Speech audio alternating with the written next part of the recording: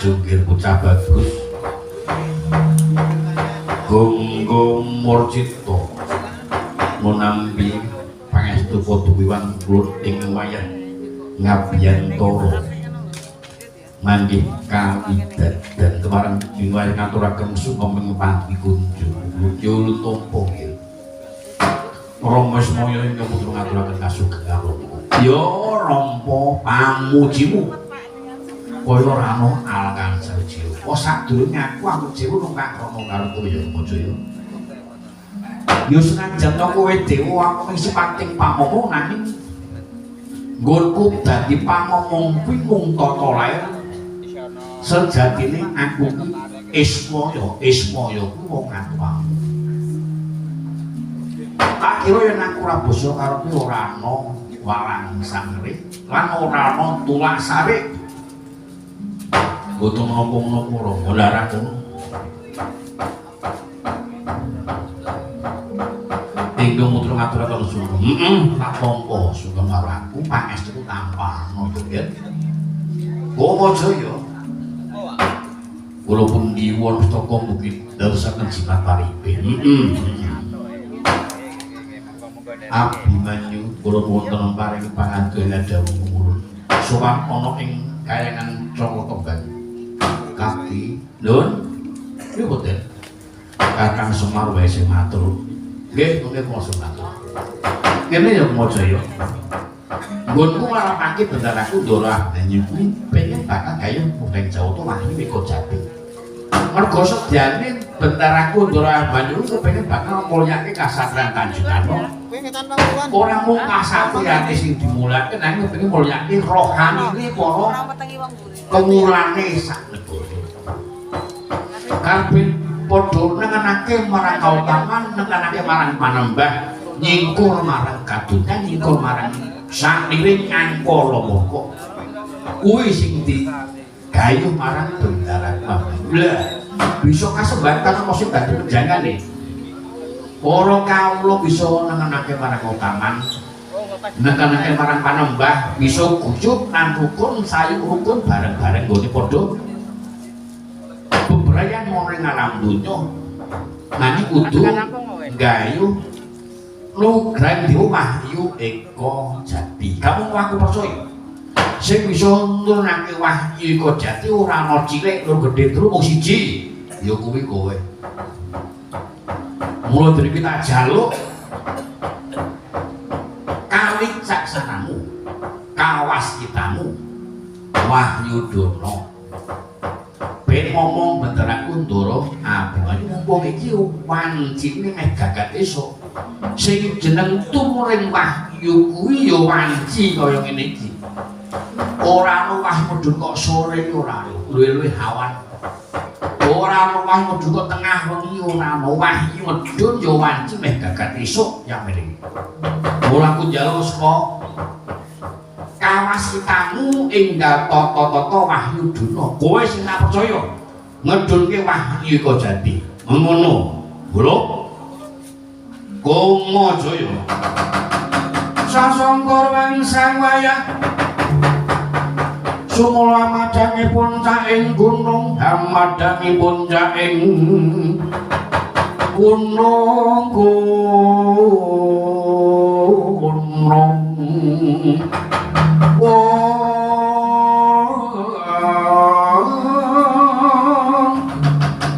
kumedhaping kartika ing gegono wanjine wis gagaden jeng pinarung luru ing satawana kukila munyata timbangan mungging panging reksa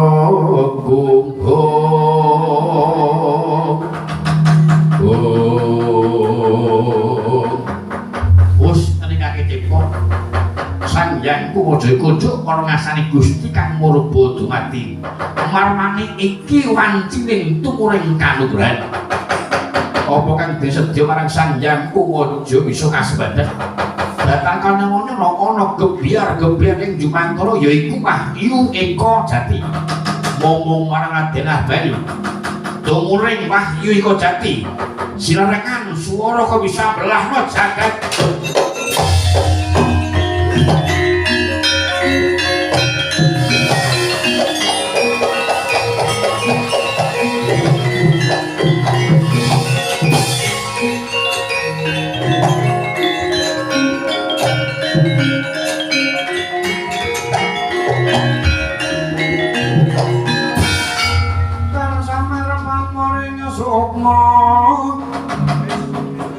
Sinuk moyo winayo ing asepi Sinuk moyo winayo ing asepi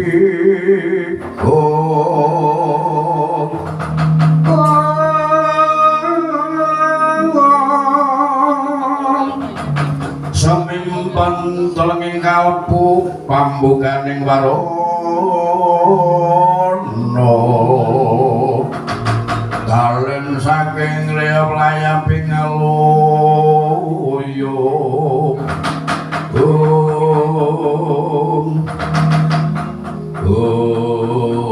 Rama Semaya Wahyu Eka Jati sampun ngomong dhateng wayah ulun Abimanyu lak ngono syukur Abimanyu wonten dawuh ulun kita wis dimung Wahyu Eka Jati Wahyu kanugrahan Eka wis ngarani sawiji jati wis ngarani sejati yuwing Abimanyu sing bakal kuat jumeneng Nalendra Ageng sing kuat lan gawe jampar kencana tinggalane swarga sang tapa begawan Balasara nanging ulun ndut kita aja dabe watak kongas pamer marang padha-padha ilang ana watak ngadiken adiku pinter ngaku bodho Wahyu iku yen nututke wong sing sok seneng kongas sok seneng pamer ora bakal rasang Wahyu mesti bakal ngoncati saka raga kita mekaten urun estuaken dewe kita kudu sing mantep madhep arep jero panjang apa wae iki kudu sing mantep madhep lamarep aja gampang ngono panggiri kudu yen gampang ngono panggiri kudu panjang iku gagah wigar tanpa karya sing jeneng Pandhuka iku kudu gedheke warpan mbah lan kudu gelem budidaya banjur kudu iso padhang marang para kita kang beten jagate lan kudu urip sumrambah aja beda-bedake marang kula kita senajan tanpa kebenar derajat lan pakat kudu kita rangkul kudu iso manunggal antaraning Gusti lan kawula lan Gusti mengkono nggih Abimanyu lan kudu ngadeg ana teng bener ngadeg ana teng bener terus sing dadi pengarep utawa dadi pemimpin kuwi kudu ngadeg ana teng bener yen pancen ana kepala sing luput wajib diluputake. Ora mas iku kadek. Ora mas kuwi kulit daginge dhewe yen pati luput wajib diluputake yen kita iso kaya sing dadi pangandikan ulun. Kita bakal bisa dadi kaca bengalaning para ratu-ratu saka Mancanegara. Makaten pun yen ana kula sing bener wajib itu bener lagi.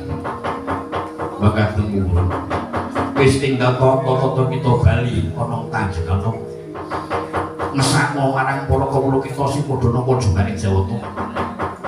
Aku njaluk pamit ya, aja ya. Ngantos-antos pamuju tak jaluk. Nggonku ngomong para bentara bisa kuat. Mergo abot kewajibanku dadi pamomong, ngono. Yen bentara aku maju engko sing ngundurke aku, yen kemunduran engko sing ngajokke aku. Pamujimu tak jaluk. Sing tak joko mung siji bendaraku sing tak momong patuta kana kanggo patuladan marang para kawula munggen para ratu-ratu saka Mancanegara. Mekaten roko ingkang putra namung direken paharjane lumaksana kowe dasar kasembadan sedya. Gus Ndra maju ngomong kami kok pamit nyuwun pamit nuwun ya ulun paring pangestu marang kita Sura Dila Jaya dikrat lemburu dening pangestu.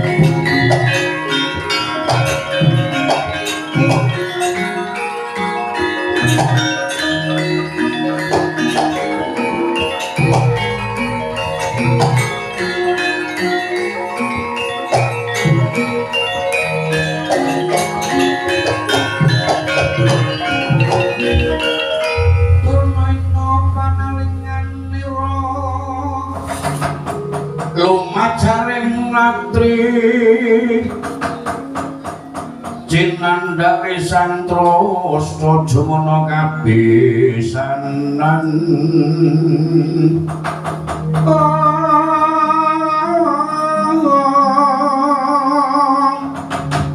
wara-wara patine sang swatama iku patine Kancah Hestita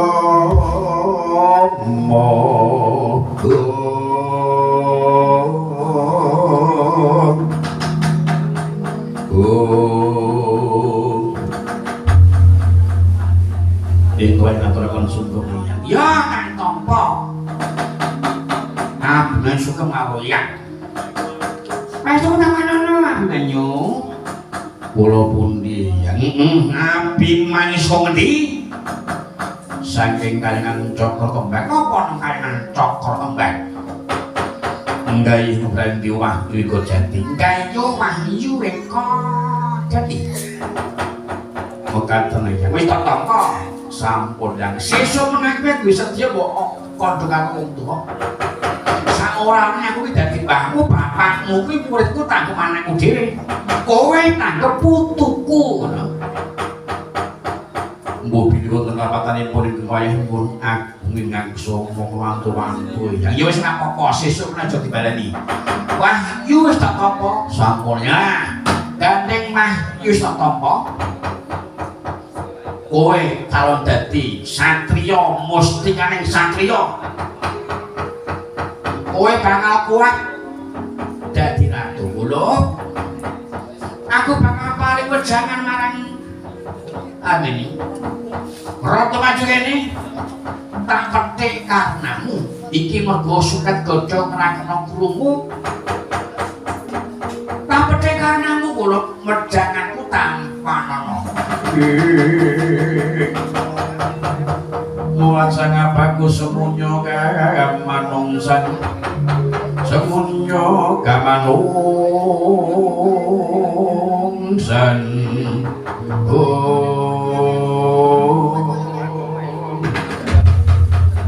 sang dono paling jangan meradenan marwane sang topo begawan durno Ustin marang sang Pandya Batari Durga nyaketi Raden Abnani ngandhak wedangan nyokot Jawa satemah Raden Abnani ngoblak ing Patra Kantaka padha salaya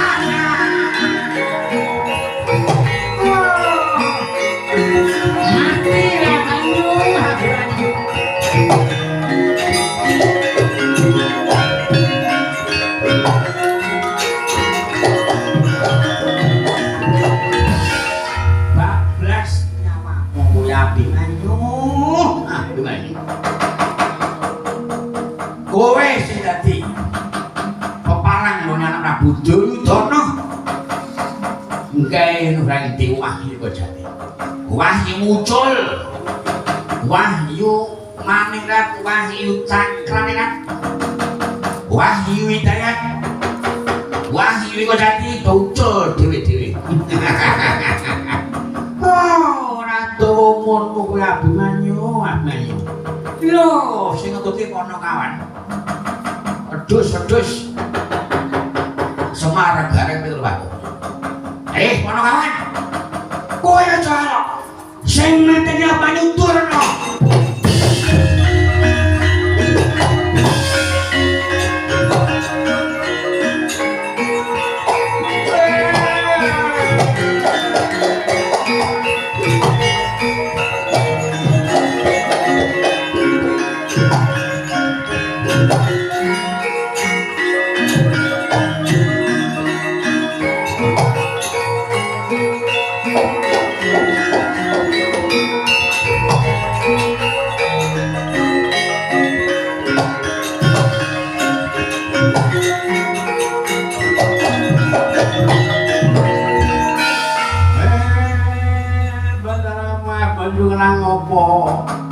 Lote kedole lah kok ngetik-ngetik geladaran